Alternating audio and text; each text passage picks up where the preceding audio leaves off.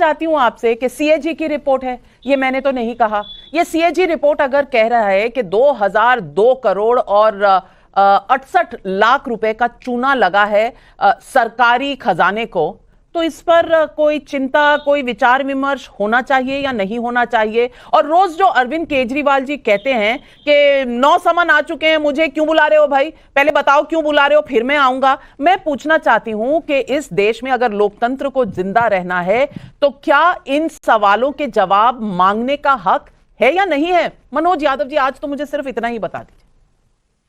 देखिए, योगी आदित्यनाथ की सरकार में 24 घंटे लाइट में बैठा हूं और मुझे आपके चैनल के माध्यम से मैं योगी आदित्यनाथ को बधाई दूंगा कि लाइव बैठा था, छत पे बैठा था और किस तरीके से लाइट चली गई।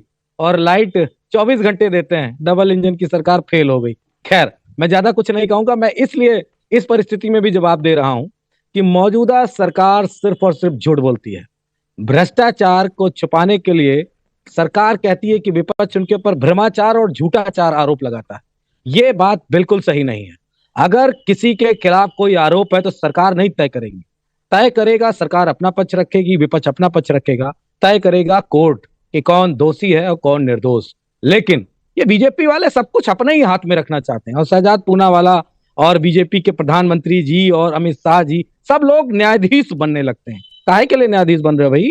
मैं तो इतना ही कहूंगा, जाओ अपने मामलात रख दो, आपको खामखा इतनी मेहनत करनी पड़ती है। देखिए, लाइट आ गई, इसके लिए बहुत धन्यवाद योगी आदित्यनाथ की डबल इंजन की सरकार का। लेकिन आप कल्पना करिए कि किस तरीके से ये सरकार विपक्ष को बदनाम करना चाहती। नामिका जी, क्या मना कर रखा है किसी तरीके से? तो अगर भ्रष्टाचार पे विपक्ष कुछ छुपाने की कोशिश कर रहा है तो आपकी एजेंसियां नाकाम है, निकम्मी है, नाकारा है। अगर हम आपसे कि ये जो 65-66 हजार करोड़ रुपए इलेक्टोरल बॉन्ड, जैसे हम लोग मनोहर कहानियों और पौराणिक कहानियों में पढ़ते थे कि उनके घर के सामने कुछ रख गए, इलेक्टोरल बॉन्ड रखे जा रहे हैं। नीतीश जी कह रहे हैं हमारे यहाँ 10 करोड़ के इलेक्टोरल बॉन्ड कोई रख के चला गया। गजब बात है भाई, हमारे घर के सामने तो कोई 5,000 रुपए ना रखे गया। और बीजेपी के जितने भी एनडीए के आपके स्टैंडर्ड कितने ऊंचे हैं? आप 5,000 की बात कर रहे हैं, हमारे यहाँ तो 5 रुपए कोई नहीं रखे गया। तो आपका स्टैंडर्ड, आप नेता है ना, आपका स्टैंडर्ड हाई है। 5,000 से कम की आप बात ही नहीं करते। लेकिन आप विषयांतर कर रहे हैं। मैं सिर्फ इतना पूछना चाहती हूँ, आपने एक बात बहुत 100% सही कही कि इसका फैसला तो कोर्ट करेगी। कोर्ट कब करेगी? जब ये केस कोर्ट में जाएगा। कोर्ट में केस ले जाने के लिए पूछताछ करनी पड़ेगी। पूछताछ के लिए तो अरविंद केजरीवाल जी जाएंगे नहीं, इतने आम आदमी हैं कि जाएंगे नहीं। उनके घर ईडी आनी चाहिए, उनसे फोन पर बात होनी चाहिए, लेकिन वो नहीं जाएंगे क्योंकि आम आदमी है। उनके लिए अलग लॉ है। सवाल यह है कि वो पूछताछ, और आज हाईकोर्ट ने कह दिया अरे भैया अक्यूज्ड हो या विटनेस हो बता देंगे जब जाएंगे। आप जाइए तो सही। मांगने गए थे कोर्ट से रिलीफ कि भाई मुझे ना बुलाया जाए, कोर्ट ने नहीं कहा। कोर्ट ने कहा आप जाइए, आपको पता चल जाएगा। लेकिन हर चीज को विपक्ष डाइवर्ट क्यों करता है? देखिए, प्रॉब्लम यह है कि रोशनी आ भी जाती है परंतु टोपी तले अंधेरा ही रहता है। टोपी तले अंधेरे के लिए आपको मन की आंख खोलनी पड़ेगी ना। देखिए, अभी इन्होंने बताया प्रकाश कितनी जल्दी आ गया, 20-30 सेकंड के अंदर ये गरिया रहे थे उतने में आ गया। एक समय था कि लखनऊ में और नोएडा में 10-10 घंटे बिजली गायब रहती थी, तो ये भी उन्हीं को एक प्रकार से फेल करता है। परंतु इलेक्टोरल बॉन्ड जो 6,000 करोड़ के हमें मिले, सुन लीजिए, बीच में नहीं बोला, 6,000 करोड़ के हमें इलेक्टोरल बॉन्ड मिले, वो तो भ्रष्टाचारी, वो तो वसूली। और इनको 14,000 करोड़ के बॉन्ड मिले 242 वाली पार्टी को, वो सात्विक बॉन्ड है। उनके दरवाजे की चौखट पर कोई 14,000 करोड़ के बॉन्ड छोड़ गया, वो सात्विक है। हमें 6,000 करोड़ के दे दिया, हम बड़ी पार्टी, 17 राज्यों में हमारी सरकार, केंद्र में हमारी सरकार, तो वो भ्रष्टाचारी और वसूली का मापदंड है। और हम नहीं तय करते। लालू जी को 5 बार कन्विक्ट होने का सौभाग्य मिला है देश की कोर्ट से, सुप्रीम कोर्ट ने राहत नहीं दी। मनीष सिसोदिया को काल कोठरी में सुप्रीम कोर्ट ने रखा है, संजय सिंह को हाई कोर्ट ने रखा है और केजरीवाल को भेजने की तैयारी में हाई कोर्ट है। और एक समय तो मनोज यादव जी, यही केजरीवाल मुलायम सिंह यादव जी को भ्रष्ट बोलते थे। आज मुलायम सिंह यादव जी के प्रवक्ता अरविंद केजरीवाल के प्रूवन भ्रष्टाचार को बचा रहे हैं। कितना बदल गया इंसान, देखिए कितना बदल गया इंसान। देख तेरे संसार की हालत क्या हो गई भगवान। अब तहसीन पूनावाला जी, कुछ लोग ये कह सकते हैं कि शायद मैं झूठ बोल रही हूं। मैं आपको दिखाना चाहती हूं, ये कागज है जी, यहां लिखा है ना, no files were provided to audit were in the basis of the formulation of the GOM report was. ये फाइलें क्यों नहीं देते? अगर फाइलों में सच है, CAG को दे दे। CAG तो क्रिमिनल ऑफेंस बना नहीं सकती, वो तो सिर्फ लेखा जोखा और हिसाब किताब की एजेंसी है।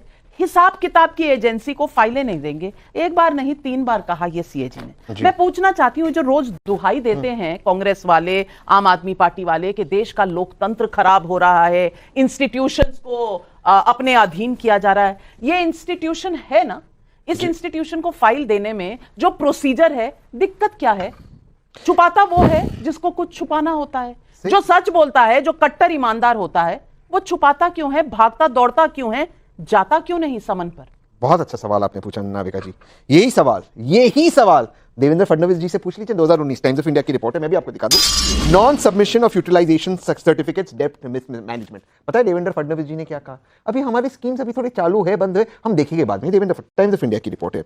ये भारतमाला प्रोजेक्ट और द्वारका एक्सप्रेस में भी जो घोटाला हुआ और आयुष्मान भारत में 40% जो अकाउंट से उसमें पैसे नहीं आते, जो भुगतान नहीं हुआ उत्तर प्रदेश में, उसमें माननीय प्रधानमंत्री ने बहुत सख्त कार्रवाई की। टाइम्स ऑफ इंडिया की रिपोर्ट, बहुत सख्त कार्रवाई क्या की? सीएजी ऑफिसर्स को ट्रांसफर करता रहा। वहां पर क्यों नहीं बोलते? और ये रिपोर्ट आप कह रहे हो कि क्यों अब तक सबमिट नहीं हुई? क्योंकि असेंबली का सेशन ही नहीं हुआ। असेंबली का सेशन होगा अपने आप सबमिट होगा, क्या नहीं सबमिट हो सकता है? असेंबली का सेशन, अब तो चुनाव है तो असेंबली सेशन में सबमिट होगा। लेकिन मेरा मूल सवाल इनसे ये है, पुरानी वीडियो और ट्वीट सबके निकलेंगे, ये पुरानी वीडियो का ब्लैकमेल नहीं करना चाहिए। मेरी मूल सवाल ये है, और उसी पर मैं आता हूं कि भाई अगर ये सीएजी की रिपोर्ट में 1% भी सच्चाई है तो क्या कहती है रिपोर्ट? ये रिपोर्ट ऑलमोस्ट ये कहती है कि परसेप्शनल एक लॉस था, परसेप्शनल लॉस, वो ही जो 2G में था। मैं अपनी बात समाप्त करूं। ये क्या कहती है? हो गया, जीरो लॉस नहीं, परसेप्शनल लॉस। इसमें कहां बताया गया? ये बता रहे हैं कि देखिए कहीं से या पैसे आने थे, इन्होंने पैसे लिए नहीं, इसलिए लॉस हो गया। ये कोई तर्क होता है क्या सीएजी का?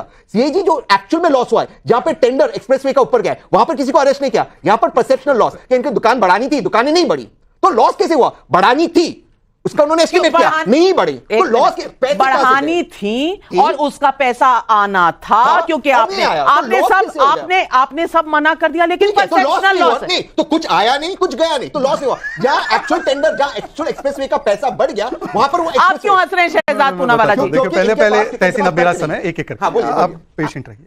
आयरॉनिकली ये इलेक्टोरल बॉन्ड के विषय पे बोलते हैं पारदर्शिता नहीं है, और यहाँ पे डॉक्यूमेंट नहीं दिया, पारदर्शी नहीं होना है। पूरे देश में पारदर्शिता का पाठ पढ़ा, बीच में मत बोलिए। पूरे देश में पारदर्शिता का पाठ पढ़ा नहीं पढ़ा रहे, और यहां पर फाइल नहीं दे रहे, तो उसका अलग अलग विडम